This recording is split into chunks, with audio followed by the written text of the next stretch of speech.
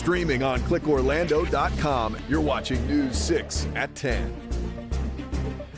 Tonight on News 6, technology could provide new hope in a 20-year-old missing woman case. Why Jennifer Kessie's dad says AI could help break the investigation. Plus, we're getting a look at newly released text messages from days after a Titusville teen was found dead on a cruise ship, what they are telling us about the investigation. And 2 people are dead in Pennsylvania after a nursing home explosion, what investigators say may have caused it and how it could have been prevented.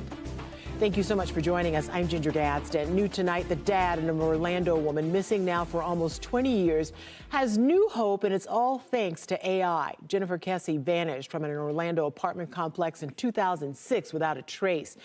And the main clue has been this brief clip from the Orlando Police Department showing an unidentified man walking past a fence. His face is largely obscured.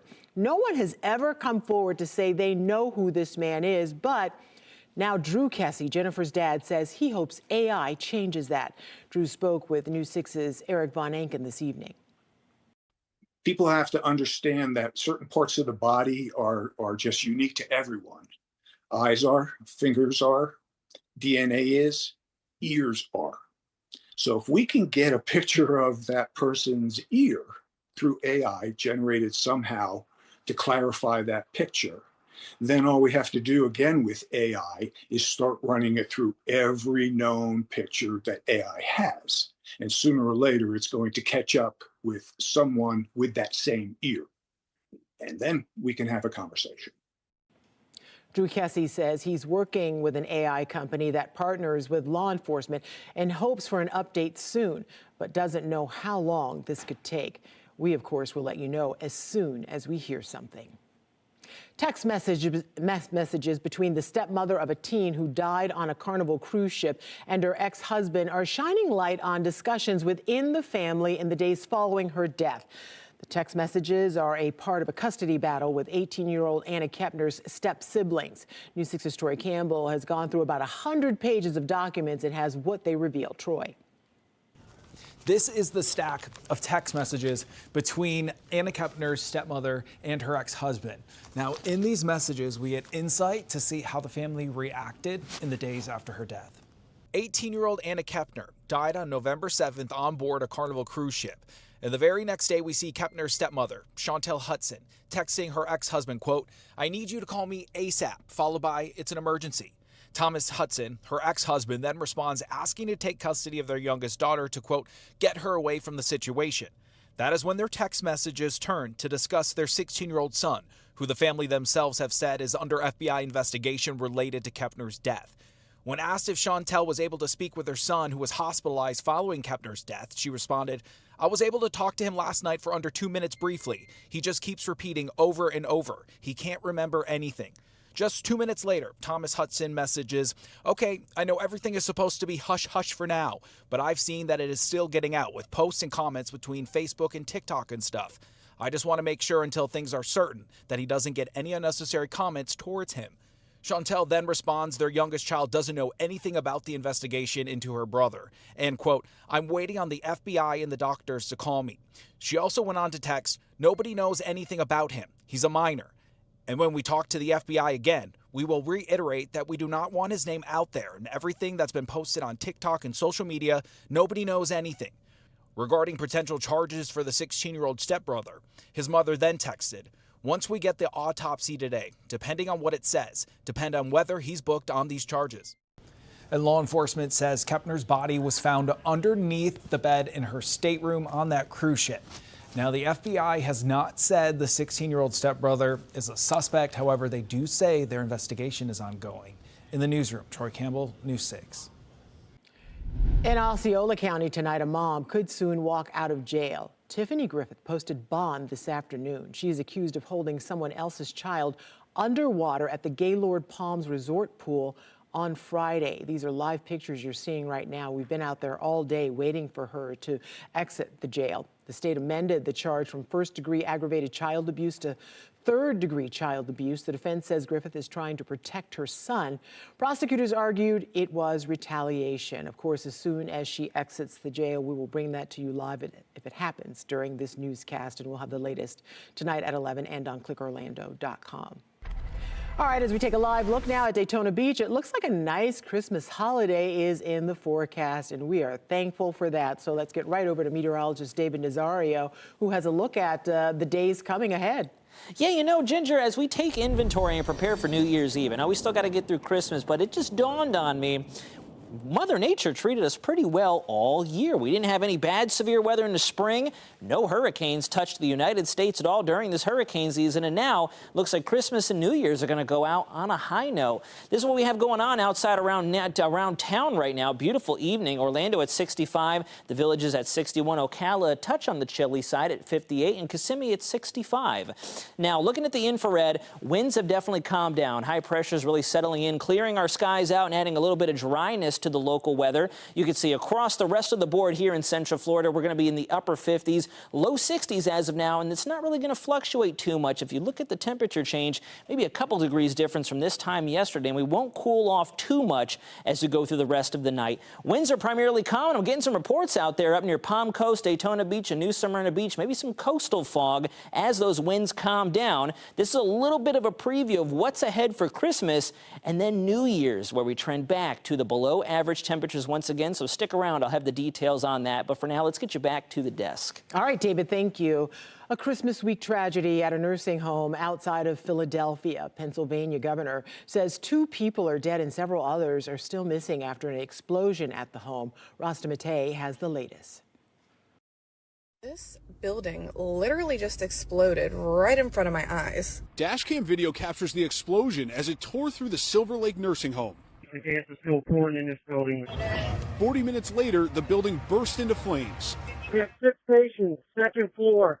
I need some manpower if you got it. When we arrived, there was a major structural collapse with parts of the 1st floor into the basement with persons trapped.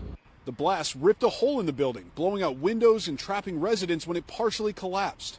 We need the basement water turned off urgently. We got people drowning down here. Fire department personnel immediately went into a rescue mode. They pulled many residents out of the building via windows, doors, stuck in stairwells, stuck in elevator shafts. While some residents were able to walk out on their own, others came out on stretchers. Families and neighbors gathered across the street. Robert Gurgilla lives nearby and heard the explosion. So one woman, her legs were bleeding and damaged. Authorities believe the explosion originated in the building next door. A gas smell was reported, and the Pennsylvania Gas Company crews were on site just before the explosion. I heard that they were smelling gas for like a few days. The nursing home has 174 beds and came under new ownership earlier this year. About a deadly crash in Lake County. This was the scene just after 5 tonight on US 27 and Greater Groves Boulevard. This is in Claremont. Florida Highway Patrol says the crash involved 5 cars. One woman died at the hospital after she was airlifted from the scene. 2 other people were hurt but are expected to be okay. There is currently a roadblock for the intersection, so you may experience delays. News 6 is trying to get answers after reports that a popular YouTuber who lived in Central Florida has died. Adam the Woo, whose real name is David Williams, has 750,000 subscribers on YouTube and has posted more than 4,000 videos since 2012. His most recent video was posted just Sunday. We saw reports that Williams passed away, so we asked the Osceola County Sheriff's Office if they knew anything about it. They told us deputies were called to his home in Celebration at around 12:30 yesterday afternoon for a wellness check. But they did not find him. Later that afternoon, officials say a friend climbed a ladder and looked into a 3rd-story window where they could see a man on a bed and not moving. Deputies arrived back at the home just before 3 o'clock, along with a medical examiner, where they found Williams had died in that room. Now, the sheriff's office said an investigation into Williams' death is ongoing, and the medical examiner will complete an autopsy to determine how he died. Well, we're happy to report there is nothing in the air tonight. How do we know that? Earlier this year, the Florida legislature passed a new law requiring airports to document any geoengineering and weather modification activities, also known as chemtrails. The reports are now due, and News 6 anchor Matt Austin wanted to see what Central Florida's airports had to report. Take a look at the sky over Central Florida. Those long, line-shaped clouds form when hot, humid exhaust from jet engines meet extremely cold air. They're called contrails, short for condensation.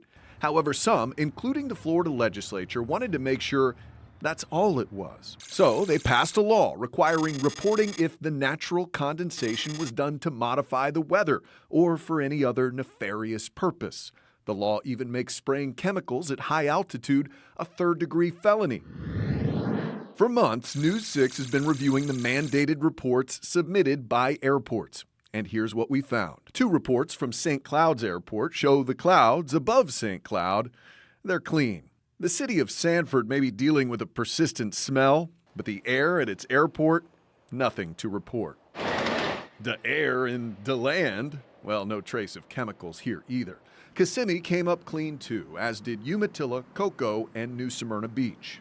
In fact, every Central Florida airport we contacted reported the same thing. No chemtrails, no secret spraying, no weather manipulation.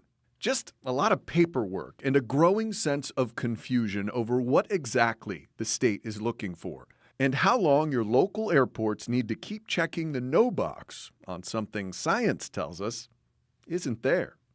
Matt Austin, News 6. Now, to be clear, there is weather modification in America. It's called cloud seeding. In fact, ski resorts out west use it to add snow to mountains. And even NOAA once tried to decrease hurricane power by dropping silver iodide into 4 different hurricanes in something called Project Storm Fury. It ended in the 1980s. The results are debated to this very day. However, scientists are very clear. Humans have no control over large-scale weather events, and NOAA says it does not fund any such activities. Orange County leads the state in reported cases of Legionnaire's disease, and tonight questions are growing about sources of exposure. Up next, the warning signs posted inside Orlando's federal courthouse. You're watching News 6 at 10 on a Tuesday night, covering Port Orange, College Park, and all of Central Florida. This portion of the news is sponsored by Central Florida Honda dealers.